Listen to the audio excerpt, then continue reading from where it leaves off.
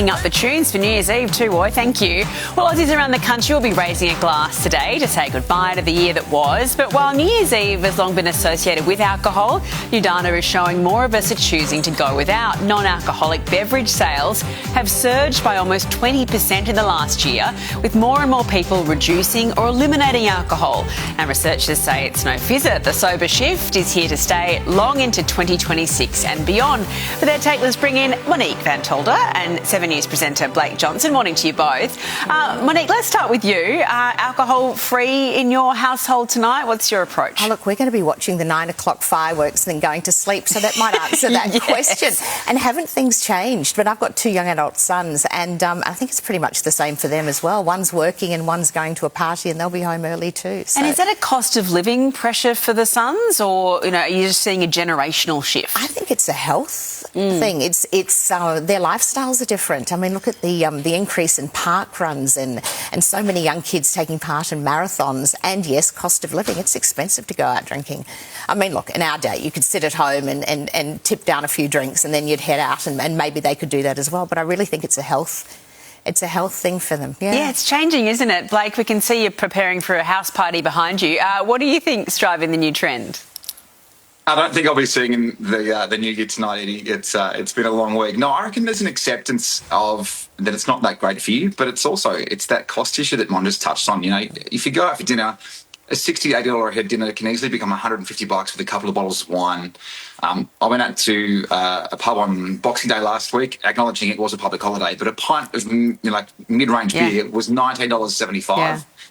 I get it. That's what they have to charge to make money, but that's just not a cost-effective way of having a good time. So where do you cut? And Blake, do you think it's changing for men too? I mean, my husband gave up drinking about a decade ago, and then it was quite challenging for him to catch up with mates because it was so common to just go out for a beer. Do you see with your mates it's changing, that it's more, I guess, acceptable to go for a walk instead or meet up for a coffee?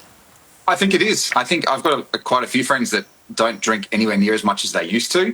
They've learnt the art of having a good time without being drunk, and I think that's a really good skill that a lot more of us should perhaps try and finesse. Yeah, maybe it's Gen Z leading the way here. Moving on, every parent knows the correct answer to the age-old question, do you have a favourite child? Of course not. But new research suggests there may be a more honest way to find out, and it's by asking yourself these 3 questions. So, which child do you spend more resources on? Who do you feel emotionally closer to? And who are you more disappointed with? If answers point to the one child, then you may subconsciously have a favourite, even if you don't mean to. I mean, Monique, you just admitted to having 2 adult sons there. Do you have a favourite? I do, and her name is Olive, and she's got red hair and she's got 4 little legs. It's our Cavi. Look, no, of course not. And again, the age-old thing is that, ask me on a different day of the week and I'll have a different answer for you.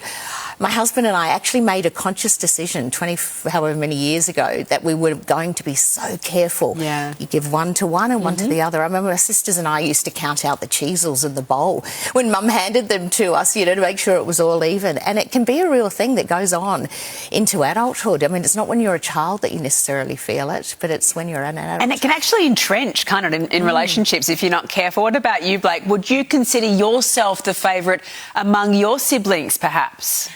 Well, I'm an only child, effectively, like three half-brothers from Dad's previous marriage, but I didn't grow up with them.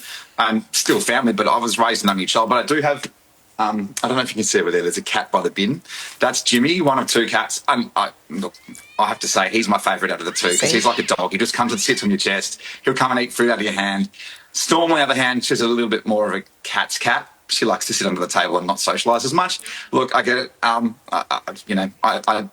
I don't think that it's pretty hard for parents to say they have a favourite child, but I think it's pretty hard to admit that it doesn't exist. Like, that you get on better with some people in life than you do others. Yeah. I'm just waiting for Storm to fling himself off the staircase and scratch you in the eye. Stand by for that, viewers.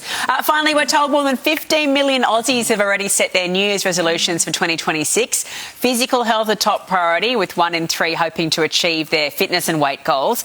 20% are looking for a bit more calm, with sleep and work-life balance at the top of the agenda. And travel is high on the list, with 1/5 hoping to get overseas in 2026. Monique, you've written whole books about this, about taking an adult gap year and rediscovering yourself. Is travel high on your list? What's your resolution? All of those three are on my list. But look, I think that New Year's is so much pressure. I think find something that you can stick to on the bad days and make that your New Year's resolution. Yes, health, wellness and all of those sorts of things, but I don't know, in more real life events with friends and also boundaries. That's big on my list. Say lots of yes and lots of no when it suits the situation, and then that can kind of overlay it all. So. Yeah, I love kind of, if it's not a hell yes, it's a no. That's a good 100%, resolution. that's exactly Blake, right. what's your priority for 2026?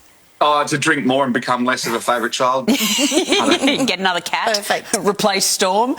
Be honest. Thank you, Blake. Thank you so much for joining us in 2025. We'll see you in 2026. And thank you, Mon, as well, Happy for ringing New out Year. the Thanks, year Eddie. with us. Fantastic. Here's David.